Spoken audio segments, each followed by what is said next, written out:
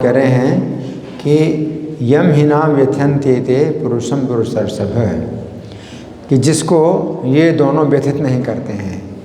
एते शब्द संस्कृत का है और इसका अर्थ होता है ये दोनों। तो दो चीज़ों के लिए एते शब्द आता है। तो ये दोनों कौन से हैं? पिछले श्लोक में भगवान ने बताया था कौन से दोनों। तान तितिक्षस्व भारत है, जो सुख और दुख हैं, तो ये आते हैं जाते हैं अनित्य हैं, इनको तुम सहन करो। तो ये जो सुख और दुख हैं इनकी बात जो है भगवान आज के श्लोक में कह रहे हैं कि जिसको ये दोनों व्यथित नहीं करते हैं। अब कोई प्रश्न करेगा कि व्यथित नहीं करते हैं, ये दोनों व्यथित नहीं करते हैं, तो इसका क्या मतलब है? सुख और सुख व्यथित नहीं करते हैं, तो इसका क्या मतलब है? सुख अगर मिलता है तो उसकी कोई व्यथा तो होती नहीं। सुख अगर आता है तो उसमें क्या बात है? सुख तो अच्छी बात है, सुख मिलता है तो अच्छा है, उसमें कौन सी व्यथा होती है? लेकिन इसमें फिर चर्चा हुई है, इसमें हमने चर्चा की है कि सुख में भी जो है व्यक्ति को व्यथा होती है। सुख भी व्यथित करता है व्यक्ति को। हर व्यक्ति कहेगा नहीं सुख हमें कोई व्यथा नहीं, सुख से हमें कोई व्यथा नहीं है। लेकिन भगवान कह रहे हैं कि नहीं, कोई व्यक्ति अगर सुख से व्यथित ना हो तो वो जो है पुरुष कहलाएगा। और हर व्यक्ति जो है ऐसा नहीं है कि सुख से व्यथित ना हो, सुख से व्यथित होता है ना। तो फिर क्या है? तो फिर हमने चर्चा की 6 प्रकार की व्यथाएं सुख से ही प्राप्त होती हैं। सुख के कारण ही 6 प्रकार की व्यथाएं प्राप्त होती हैं, है ना। तो इसमें चर्चा की है काम, क्रोध, लोभ, मोह, मद, मत्सर, ये 6 प्रकार की व्यथाएं सुख से ही प्राप्त होती हैं, है ना। तो ये समझना है। और फिर दुख से भी व्यथाएं प्राप्त होती हैं। तो दुख से तो हर कोई जानता है कि भाई दुख से व्यथाएं प्राप्त होती हैं। लेकिन जो व्यक्ति ना सुख से व्यथित हो और ना दुख से व्यथित, दोनों बात है, ना सुख से व्यथित हो ना दुख से व्यथित हो, तो भगवान कहते हैं पुरुषम, वो पुरुष है, असली पुरुष वो है। हाँ, नहीं तो पुरुष नहीं है ना।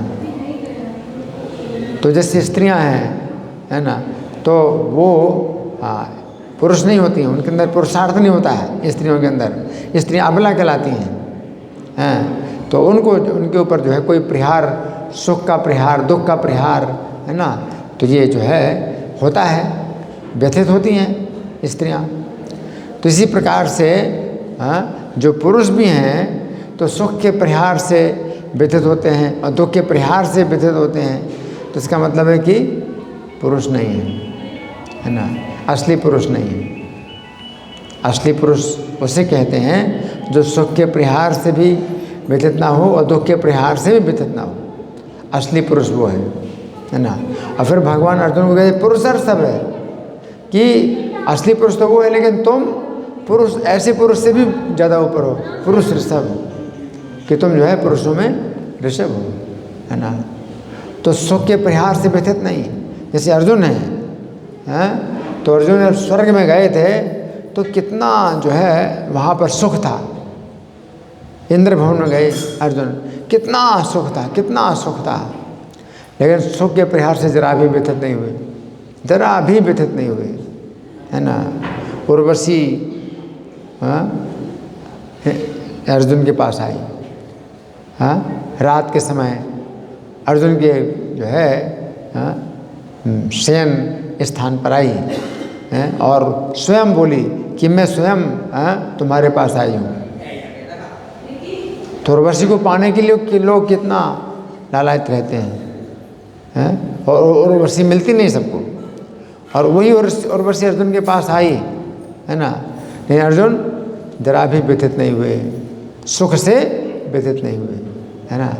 तो सुख से व्यथित काम अग्नि, है ना, काम अग्नि, क्रोध अग्नि, है ना, लोभ की अग्नि, मोह की अग्नि, काम, क्रोध, लोभ, मोह, मद की अग्नि, मत्सर की अग्नि, एक भी अग्नि नहीं, 6 प्रकार की अग्नियों में से एक भी अग्नि अर्जुन को प्राप्त नहीं हुई, व्यथित ही नहीं हुए, इस अग्नि से व्यथित नहीं हुए, है ना।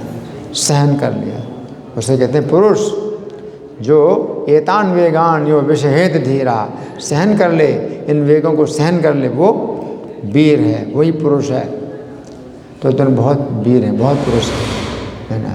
तो केवल पुरुष नहीं, पुरुष ऋषभ, जितने भी पुरुष हैं, जितने भी वीर पुरुष, उनमें सबसे ज़्यादा वीर अर्जुन है।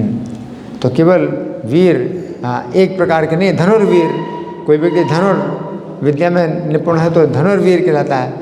तो अर्जुन धनुर्वीर तो है ही है, धनुर्वीर तो है ही है, लेकिन केवल धनुर्वीर नहीं है, बल्कि कामवीर, क्रोधवीर, लोभवीर, मोहवीर, मदवीर, मत्सरवीर, सब प्रकार के अर्जुन वीर हैं। उनके अंदर वीरता है, बहुत ज़्यादा वीरता है। इसलिए भगवान अर्जुन को कहते हैं पुरुष ऋषभ है, पुरुष ऋषभ है ना। इसी प्रकार से दुख के परिहार को भी सहन करते हैं अर्जुन। अर्जुन दुख के परिहार को भी सहन किया है। तो उनको कितने दुख के परिहार आए, 12 वर्ष का वनवास, 1 वर्ष का अज्ञातवास, लेकिन अर्जुन उनमें भी बिल्कुल शांत बने रहे। अर्जुन उनमें भी बिल्कुल शांत बने रहे। तो सुख के परिहारों को भी सहन करने में समर्थ और दुख के परिहारों को भी सहन करने में समर्थ, है ना।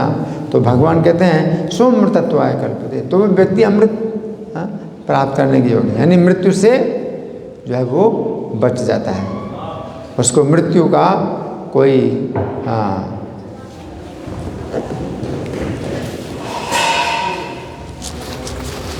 उसको मृत्यु का कोई कष्ट होता नहीं है, वो मृत्यु से जो है बच जाता है। सोमृतत्वाय कल्पते, है ना। तो ये जो है आज के श्लोक का संदेश है कि हम सुख और दुख में विचलित ना हो, कृष्ण के चरणों में हम स्थिर रहें। जैसे प्रभुपाद थे तो सुख में विचलित नहीं हुए, उनका प्रचार जो है एक समय इतना बढ़ गया कि आशा से भी ज़्यादा, आशा भी नहीं कर सकते, इतना ज़्यादा उनका प्रचार बढ़ गया। लेकिन वे जो है उसमें जरा भी विचलित नहीं हुए, कि उनको बड़ी सफलता मिल रही है, जरा भी विचलित नहीं हुए, है ना। तो त्रिविक्रम महाराज बताते थे कि उन्होंने प्रभुपाद के पैर दबाते हुए एक बार कहा कि प्रभुपाद, ये तो आपका प्रचार इतना बढ़ रहा है, और आप तो जो है पूरी दुनिया के भी जो है ऊपर उठ जाएंगे, दुनिया से भी ऊपर उठ जाएंगे। तो प्रभुपाद ने सीधे उत्तर दिया कि मैं तो केवल आदेश का पालन करने वाला हूँ।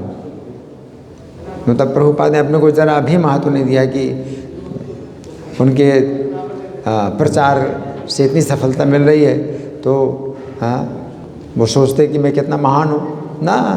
प्रभुपाद ने अपने को जरा भी महान नहीं समझा, जरा भी महान नहीं समझा। उसका मैं तो केवल एक ऑर्डर कैरियर हूँ, मैं तो केवल आदेश का पालन करने वाला हूँ, मेरा कुछ नहीं। तो इतनी सफलता प्राप्त हुई। तो प्रभुपाद कहते थे कि इसमें मेरा कोई गुण नहीं है, वो तो चैतन्य महाप्रभु संदेश है, मैंने कुछ जोड़ा नहीं, मैंने कुछ घटाया नहीं। तो जैसे असली दवाई में आप कुछ मिलावट ना करें तो काम करती है दवाई। तो दवाई तो जो है चैतन्य महाप्रभु संदेश है, मैंने तो वही दिया, मैंने मिलावट नहीं की, तो मेरे यही गुण है और कुछ नहीं। तो अपना कोई गुण नहीं माना प्रभुपाद। लेकिन कोई व्यक्ति मतलब सोचेगा अरे बाप रे क्या प्रभुपाद ने काम कर दिया, पूरी दुनिया में जो है तहलका मचा दिया, हरे कृष्ण आंदोलन फैला दिया, हजारों भक्त बना दिए। प्रभुपाद ने कहा ना, मेरा कुछ गुण ही नहीं, वो तो चैतन्य महाप्रभु की शिक्षा, उनका संदेश, मैंने कुछ मिलाया नहीं, मैंने वो दिया, उसी से ही लोग भक्त बने, तो मेरा इसमें क्या गुण है? अपना कोई गुण नहीं माना, तो सुख में विचलित नहीं हुए, है ना। तो इस तरह से हम देखते हैं कि ऐसे पुरुष जो है क्या है, असली पुरुष कहलाते हैं, असली वीर। उनके अंदर जो है वीरता होती है ना। तो ये असली वीर ये है ना, कि वो व्यथित नहीं होते हैं, है ना। काम के वेग से व्यथित नहीं होते हैं, क्रोध के वेग से व्यथित नहीं होते हैं, हैं। वाचो वेगम मनसा क्रोध वेगम, क्रोध का वेग होता है ना। व्यक्ति व्यथित हो जाता है और फिर क्या क्या नहीं कर बैठता, क्रोध में व्यक्ति क्या नहीं कर बैठता और फिर जीवन भर पछताता है। क्रोध के वेग में कुछ ऐसे काम कर देता है, काम के वेग में ऐसे काम कर देता है, जीवन भर पछताता है। लेकिन कोई भी वेग हो, लेकिन जो वीर पुरुष होता है वो व्यथित नहीं होता है और वो सम दुख सुखम धीरम, तो वो जो है धीर कहलाता है, वीर कहलाता है, पुरुष कहलाता है और पुरुष ऋषभ कहलाता है, पुरुषों में श्रेष्ठ कहलाता है। धन्यवाद। ग्रंथराज श्रीमद् भगवद गीता की जय, श्रील प्रभुपाद की जय, राधा पार्थसारथी ललिता विशाखा गौरताई सीताराम लक्ष्मण हनुमान की जय हो। हरे कृष्णा।